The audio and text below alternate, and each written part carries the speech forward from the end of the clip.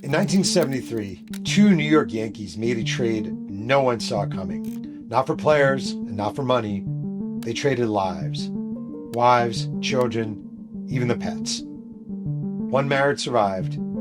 Two reputations did not. Hey, welcome to the Press Box Chronicles with Jeff Pearlman.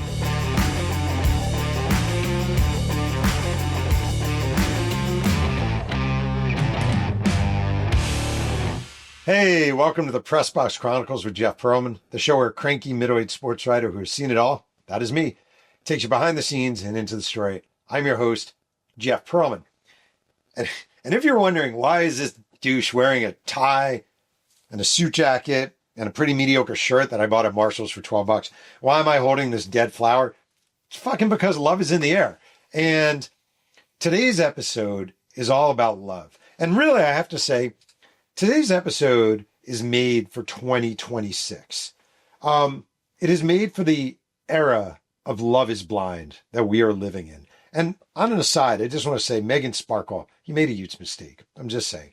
Anyway, it is made for this age. And it is a story dating back to the Lord's year of 1973, where two New York Yankees pitchers, Fritz Peterson and Mike Kekich, decided to fuck everything in their world up by trading their families for one another. Wives, kids, pets, houses, the whole thing. And that is the wild, crazy, love-infused, love-obsessed, tabloidy saga that we're going to tackle today on Press Box Chronicles.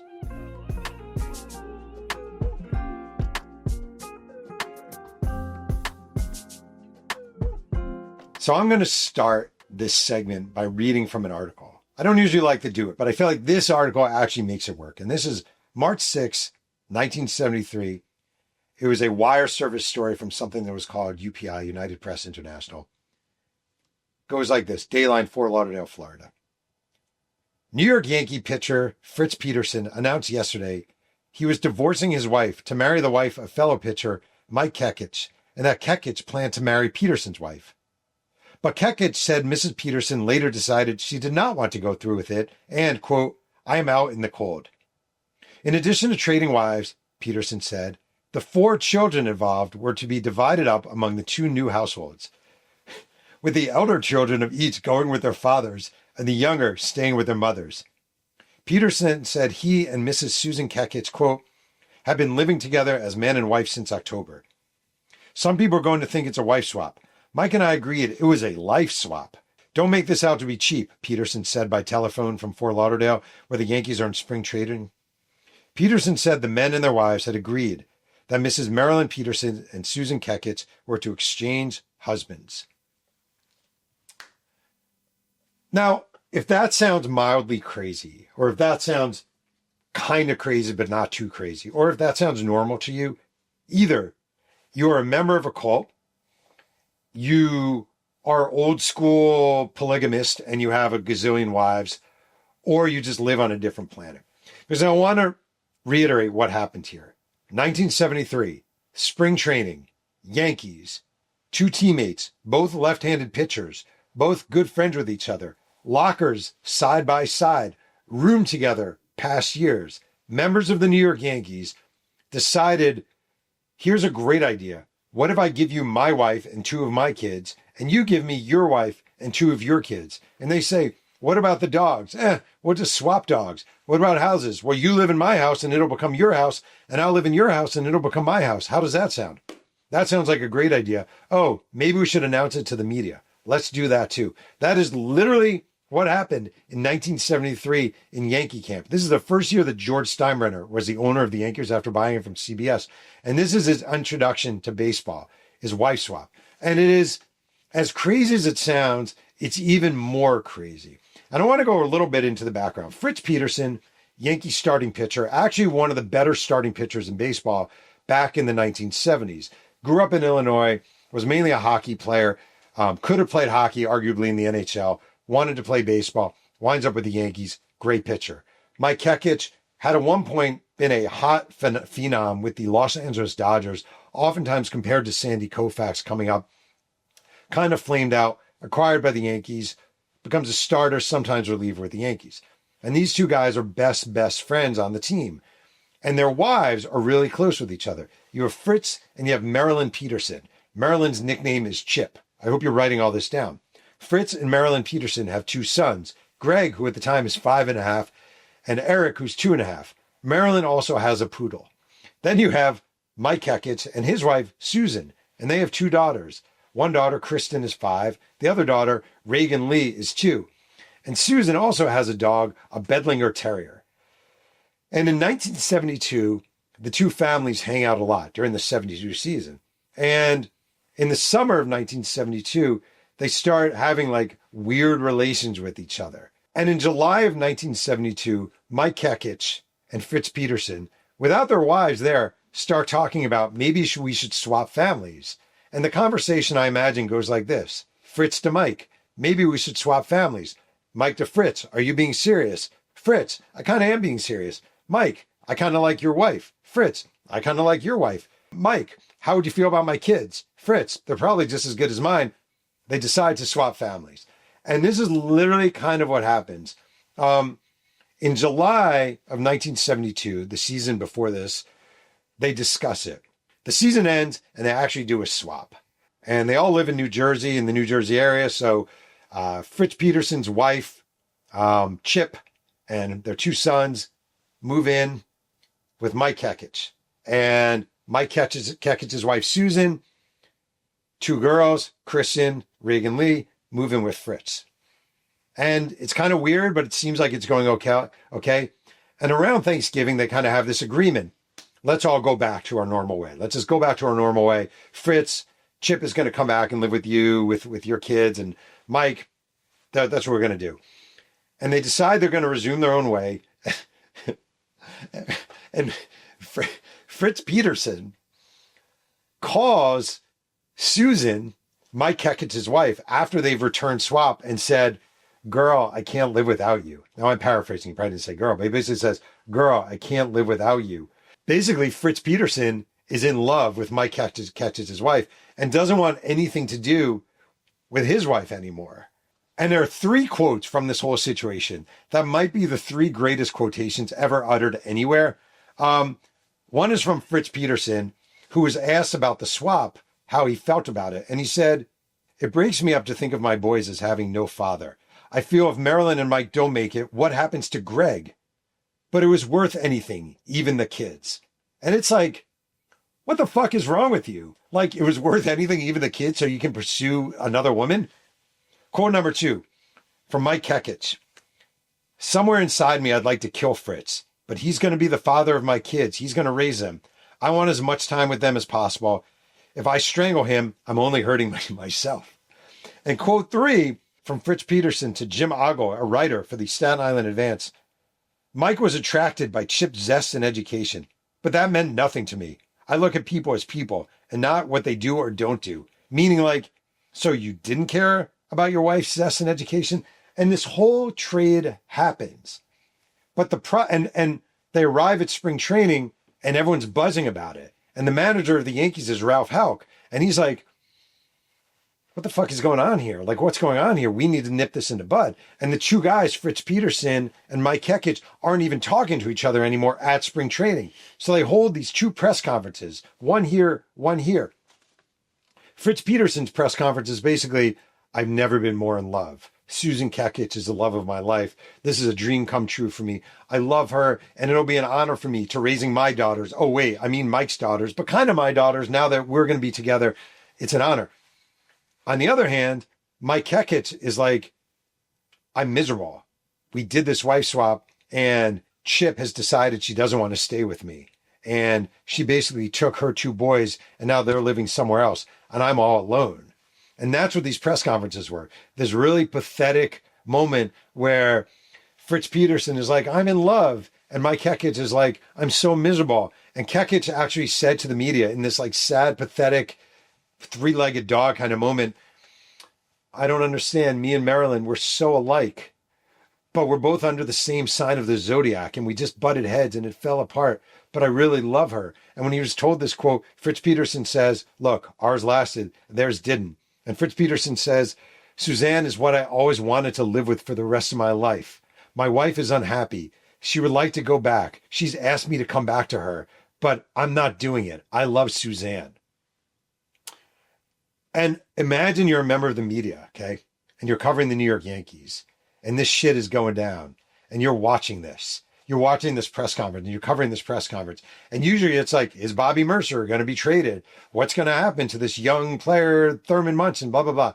And instead, it's like the story of these two players swapping their families, swapping everything. And the thing is, it actually got even weirder.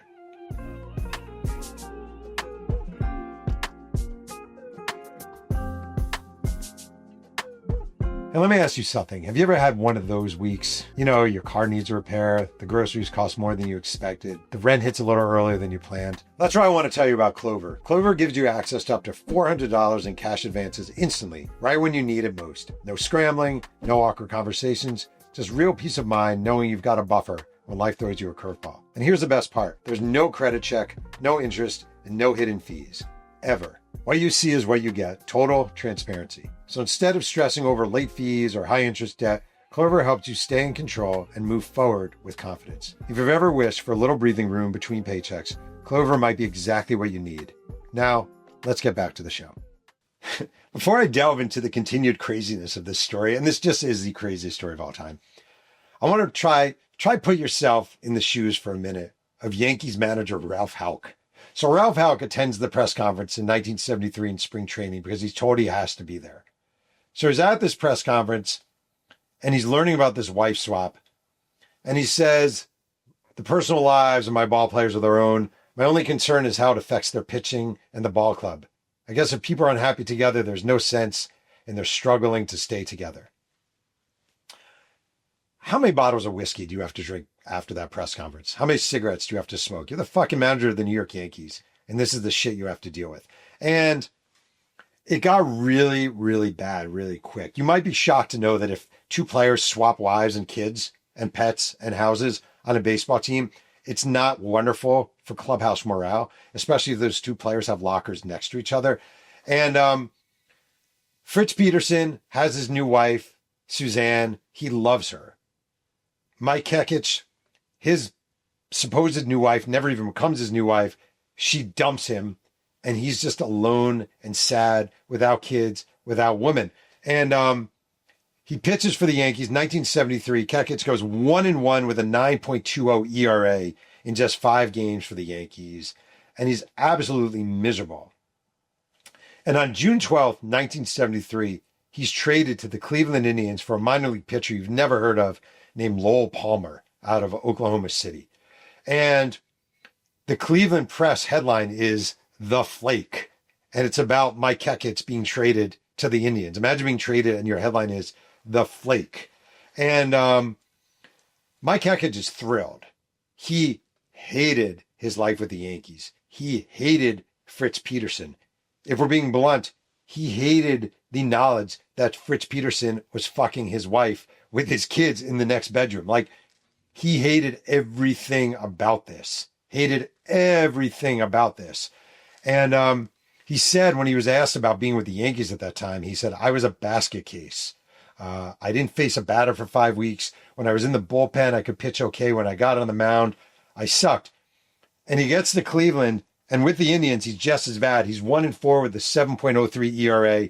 He doesn't pitch well.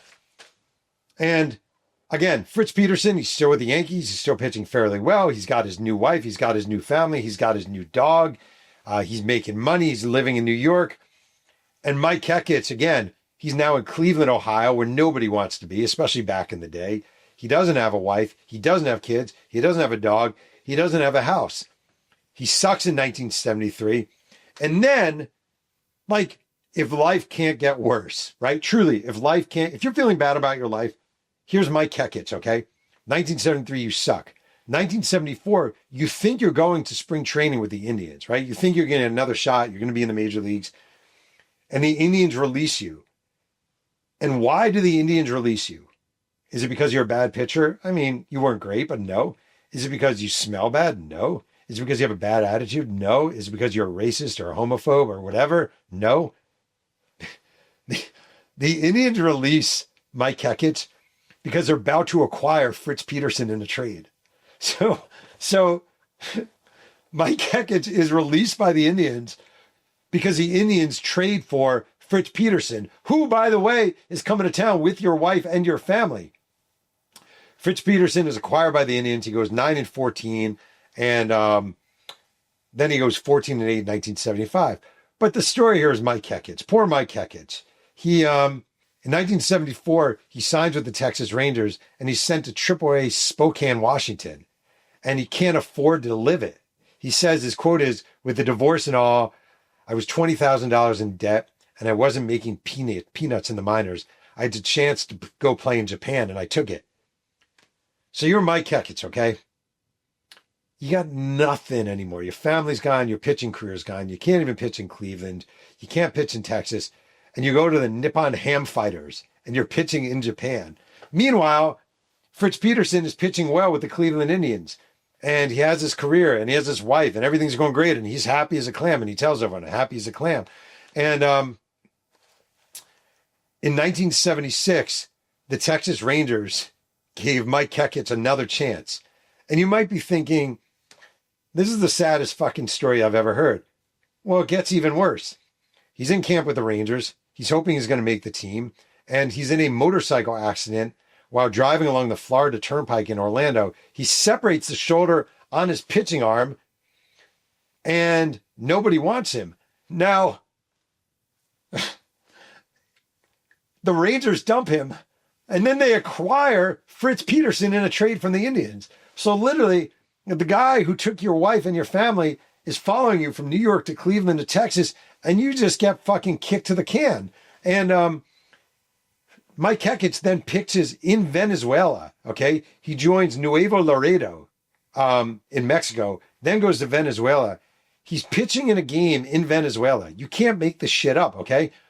There's a fight between players from his team and another team. He tries to break it up. He gets punched, and he ruptures his spleen. And he's 20 minutes from death when he gets to a hospital. This is the life of Mike Hekich. And you may think, Jesus fucking Christ, man, this is the worst story ever. And you're right, it is the worst story ever. And he actually winds up making kind of a resounding comeback in 1977, signs with the expansion Seattle Mariners, and he's at the end of his career, and he's a shell of his old self. But he tells a reporter, he says, "It's been a long time since I've been happy," which is like, no kidding, understatement of the year. He goes, "If someone wanted to make a graph to illustrate my life and career since 1973, since the wife swap, it would look like a mountain range." He goes, "I still have a lot of spite. Fritz Peterson has my children, and so I try to be friendly, but it's hard to get over that." And the beauty is, in a way, he ended up meeting a young woman, a nurse named Michelle. They wound up getting married, and he had a second chance at love. But man, what a freaking shit show. What an absolute shit show. And I think people talk about this marital swap, and they think, ha, funny, ha, funny, which it is. But the freaking shrapnel that poor Mike Hekich had to endure is just one of the suckiest little narratives and after effects of a story ever.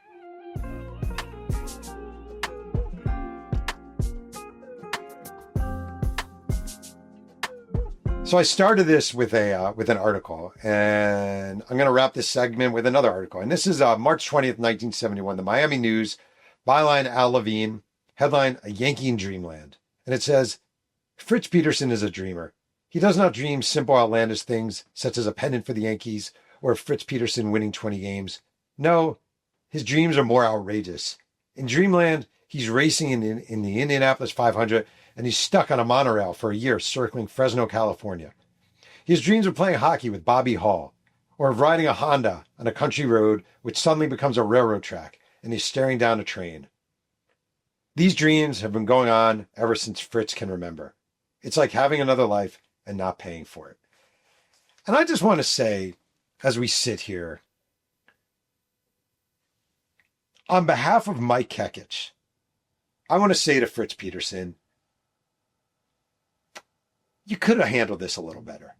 Like, over the years, Fritz Peterson would just he wrote books, he talked about this, he did interviews, he's happy as a clam, he stayed married to his wife, And like Mike Kekich endured the hells of hells. And it's interesting, a bunch of years ago, Matt Damon and Ben Affleck actually optioned the rights to this story, and they got the rights from Fritz Peterson. And they were all gung-ho about making this movie. And Mike Kekich was like, no, I don't want anything to do with this.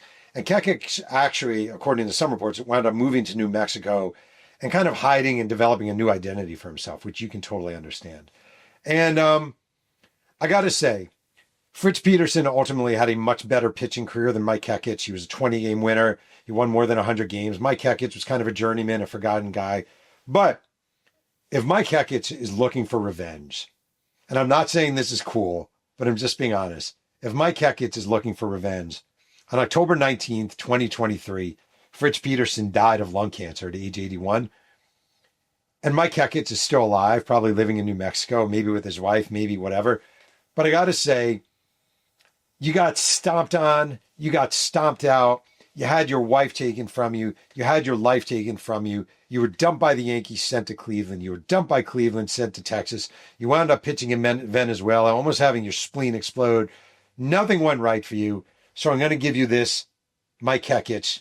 In the year 2026, you are alive, and Fritz Peterson is not. That is a wrap for this morbid episode of Press Box Chronicles with Jeff Pearlman. Leave a comment below on what stories you'd like to hear more about, or if there's a particular sports figure you'd like to learn of. Do me a favor, make sure you like and subscribe. Follow me on TikTok at Jeff Pearlman Author and on Bluesky at Jeff Pearlman. Also, my latest book, Only God Can Judge Me, The Many Lives of Tupac Shakur, is available everywhere. Thank you so much for diving behind the scenes and digging into the story. And remember, love is real. We'll see you next time on Press Box Chronicles.